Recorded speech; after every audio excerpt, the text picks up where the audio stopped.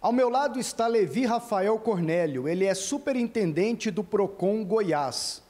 E ele conosco aqui para falar de esporte também, porque o Goiás e o Atlético foram autuados pelo Procon por causa de irregularidades em vendas de ingressos.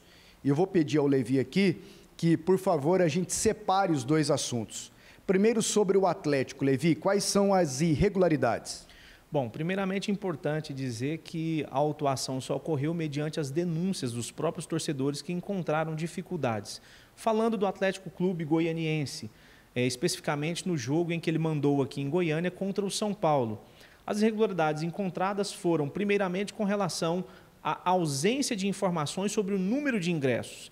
Então, você, consumidor, torcedor, não sabia quantos ingressos estavam disponibilizados. Esse é o primeiro erro.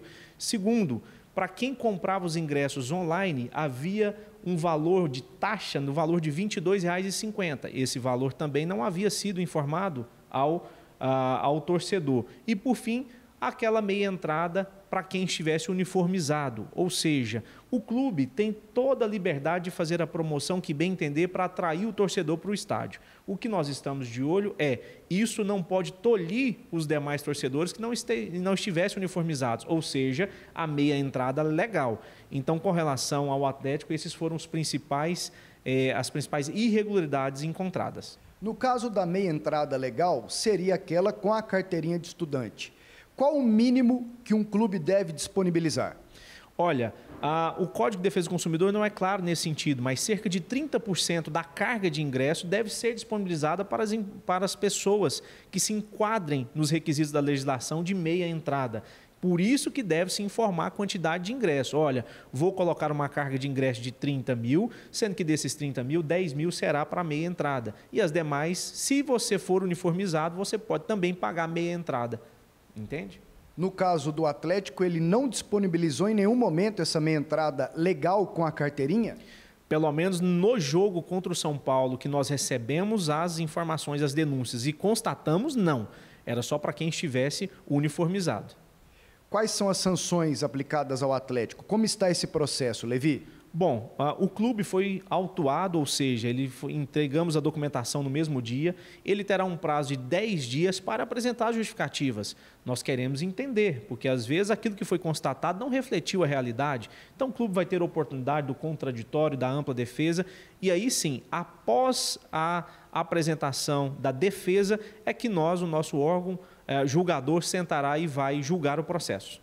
Qual a multa que o Atlético pode pagar nesse caso?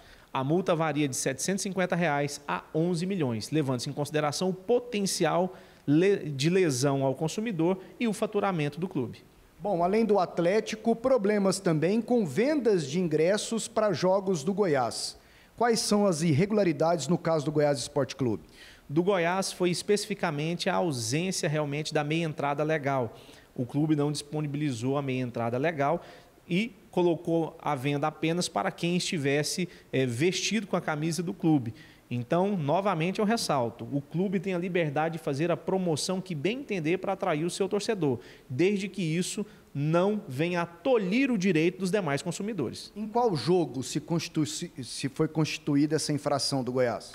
Essa infração foi no último jogo que o Goiás mandou aqui, eu não me recordo contra quem, e, salvo engano, clássico contra o Atlético Goianiense. Exatamente, clássico contra o Atlético. E, a partir de amanhã, já começam as vendas do jogo contra o Flamengo.